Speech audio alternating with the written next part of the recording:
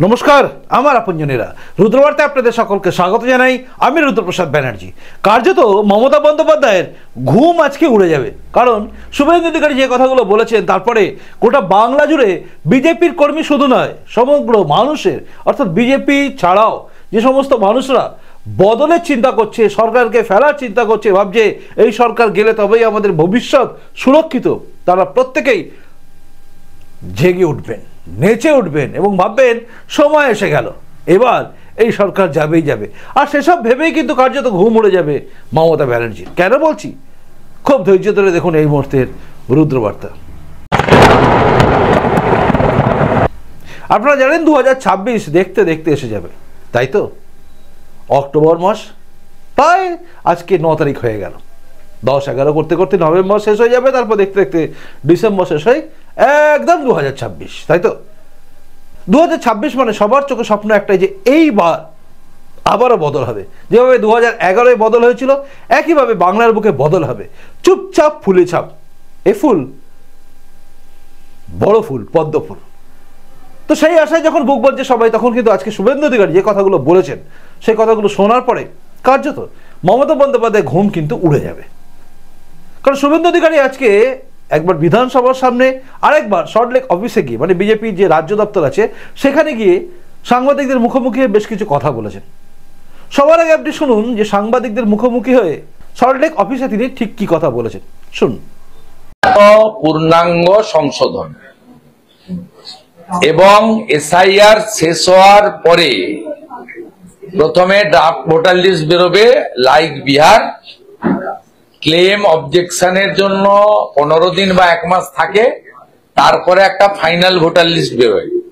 Final voter list বেরোনোর পরে যে কোনো দিন নির্বাচন কমিশন বিধানসভার মেয়াদ শেষ হওয়ার 6 মাসের স্প্যানের মধ্যে নির্বাচন করতে পারে। পশ্চিমবঙ্গে 2021-এ সরকার গঠন হয়েছিল কবে? 5ই মে। 2021-এ ভোট ঘোষণা হয়েছিল কবে? 26শে ফেব্রুয়ারি। স্বাভাবিকভাবে আপনি ধরে নিতে পারেন যে নির্বাচনের প্রক্রিয়া বিহারে যেমন 22শে নভেম্বর সরকারের মেয়াদ শেষ হচ্ছে, এর মধ্যে নির্বাচিত সরকারকে দায়িত্ব হস্তান্তর করা সংবিধানের নিয়ম, আর নির্বাচন কমিশনের দায়িত্ব হচ্ছে তার অন্তত 1 সপ্তাহ আগে পুরো প্রক্রিয়াটা শেষ করা। তাই নির্বাচন কমিশন 6 এবং 11 নির্বাচন, 14ই নভেম্বর গণনা, 16ই নভেম্বরের মধ্যে সম্পূর্ণ প্রক্রিয়া শেষ করে gazette notification newly elected MLAs বিহারে বলেছে। পশ্চিমবঙ্গের ক্ষেত্রেও 20-25 এপ্রিলের মধ্যে সমগ্র প্রক্রিয়া না শেষ করলে 5 তারিখ থেকে রাষ্ট্রপতি শাসন অটোমেটিক কোর্সে হয়ে যাবে, রাজ্যপালের হাতে শাসন ক্ষমতা চলে যাবে। তাই এখানে এসআইআর হওয়ার পরেই 3 মাস, 2 মাস, 6 মাস এসব কোনো গল্প নেই। যে সূত্র বলুক না কেন ঠিক বলেন। প্রথম কথা হচ্ছে, নির্বাচনের আগে স্পেশাল রিভিশন হচ্ছে, 2002-এ হয়েছিল, আবার হচ্ছে, এবং এতে প্রত্যেক বছরই আপনি দেখবেন নভেম্বর ডিসেম্বর মাসে 6 সপ্তাহ শনি এবং রবিবার বিএলওরা বুথে গিয়ে বসেন। সেখানে বিএলএ টুরা থাকে যারা পলিটিক্যাল পার্টির রিপ্রেজেন্টেটিভ। এটাকে প্রত্যেক বছরই হয় এবং 2025-এ ভোটার তালিকায় বেরিয়েছে ভারতবর্ষে সংশোধনী হওয়ার পরে, ইনক্লুডিং ওয়েস্ট বেঙ্গল, 5ই জানুয়ারি। 2024-এ ভোটার তালিকা প্রকাশ হয়েছিল 22শে জানুয়ারি, যেদিন পূর্ণ রাম মন্দিরের উদ্বোধন হয়েছিল, বা সেদিন ঠাকুর মানে প্রাণ প্রতিষ্ঠা হয়েছিল মন্দিরে সেই দিন। তাই আমাদের এখানেও জানুয়ারি মাসে চূড়ান্ত ভোটার তালিকা প্রকাশ হয়।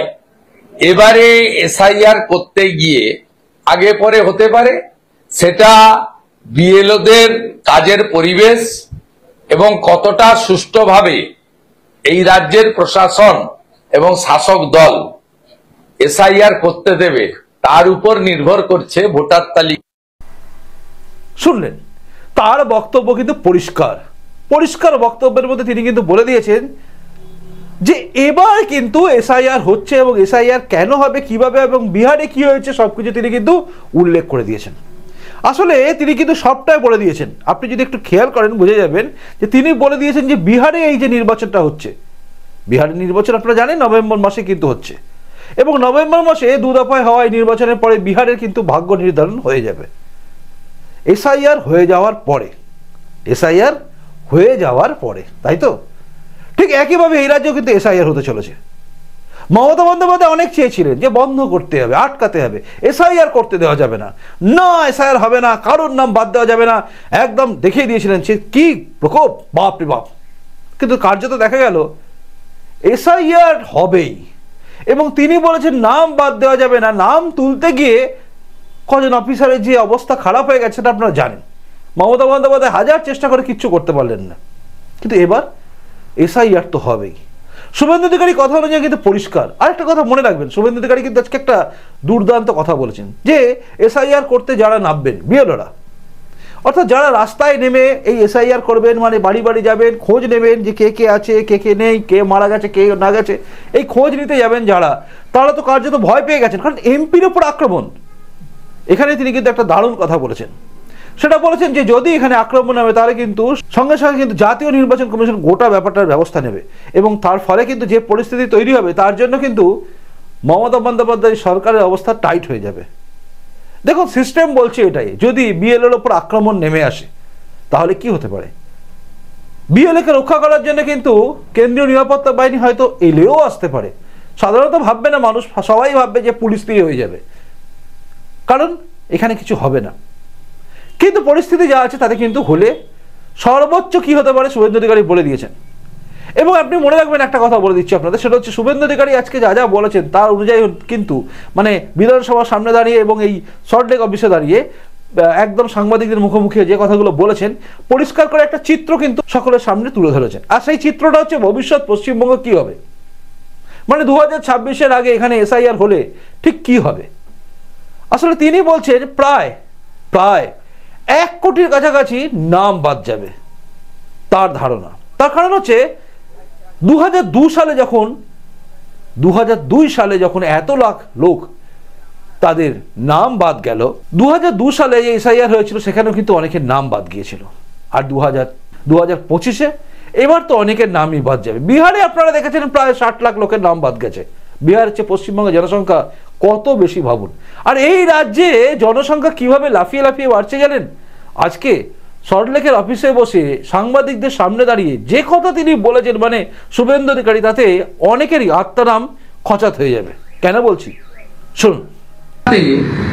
আপনি যে কথা বলেছেন, রাজারহাট নিউ টাউনে 28% ভোটার বৃদ্ধি হয়েছে। ভারতবর্ষে যদি দেখেন ভোটার বৃদ্ধির হার 7%। পশ্চিমবঙ্গে 105টা বিধানসভায় এই হার 20 থেকে 30%। এবং এই এলাকাগুলোতে দ্রুত ডেমোগ্রাফি বদলেছে, হিন্দুদের সংখ্যা কমেছে, মুসলমানদের সংখ্যা বেড়েছে, এবং মূলত উত্তর 24 পরগনা, দক্ষিণ 24 পরগনা, নদিয়া, মুর্শিদাবাদ, মালদা, উত্তর দিনাজপুর, দক্ষিণ দিনাজপুর, কোচবিহার, জলপাইগুড়ি, এই জেলাগুলিতে এই ভোটার, এবং আলিপুরদুয়ার অংশ, ভোটার বৃদ্ধির সংখ্যাটা বেশি।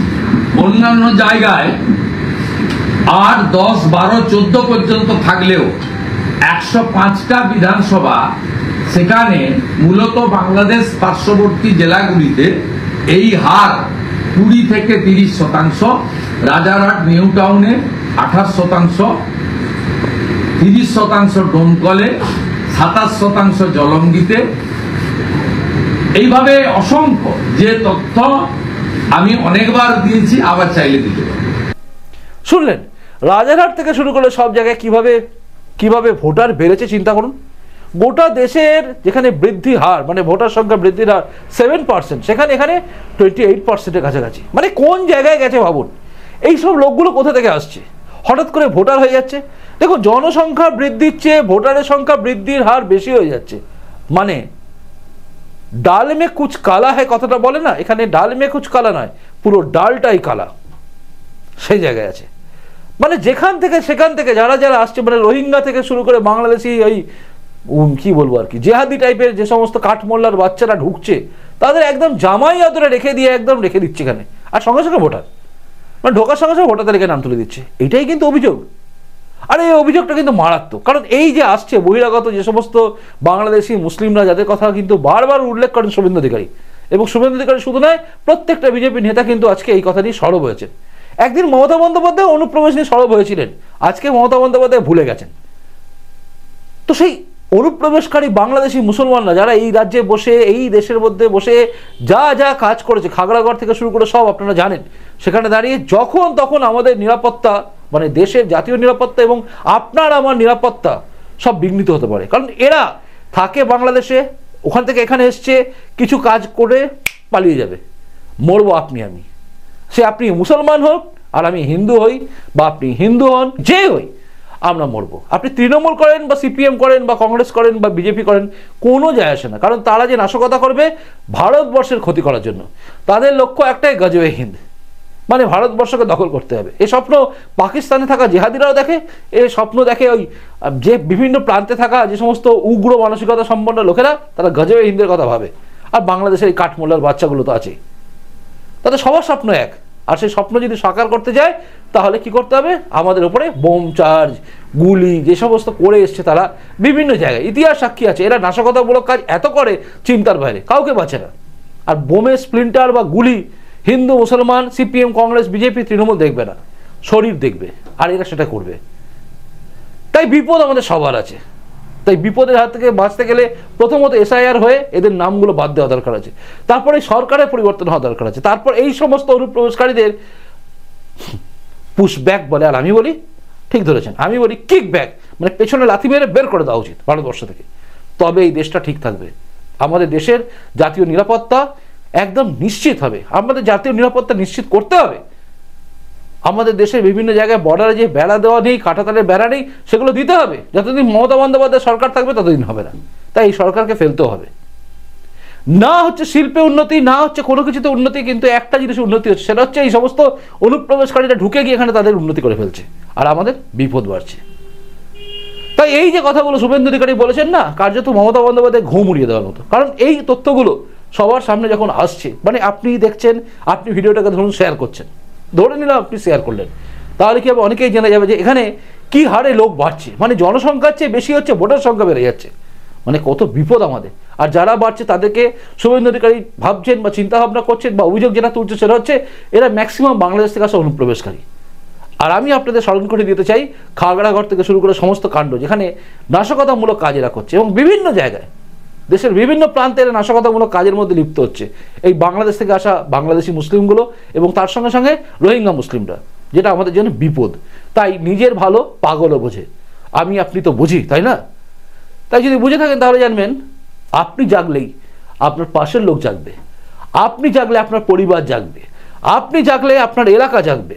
আর আপনি যে জাগানোর কাজটা যদি করেন, তাহলে মমতা বন্দ্যোপাধ্যায় ঘুম কিন্তু উঠবেই। ঠিক বললাম? যদি মনে হয় ঠিক বলেছি তাহলে ভিডিওটাকে শেয়ার করবেন, আর যদি মনে হয় ভুল বলেছি তাহলে অবশ্যই লিখে দেবেন, আমি ক্ষমা চেয়ে নেব। যাই হোক, এটাই ছিল এখনকার রুদ্রবার্তা। ভালো থাকুন, দেখতে থাকুন রুদ্রবার্তা, পাশে থাকুন আমার আপনজন হয়ে। নতুন এসে থাকলে চ্যানেলে সাবস্ক্রাইব করে আমার আপনজন হয়ে তারপর যাবেন, আর ভিডিওটা ভালো লাগলে লাইকও করবেন। চলুন আসি, দেখা হচ্ছে পরের রুদ্রবার্তাতেই। নমস্কার, বন্দে মাতরম, ভারত মাতা জয় হোক, জয় হিন্দ।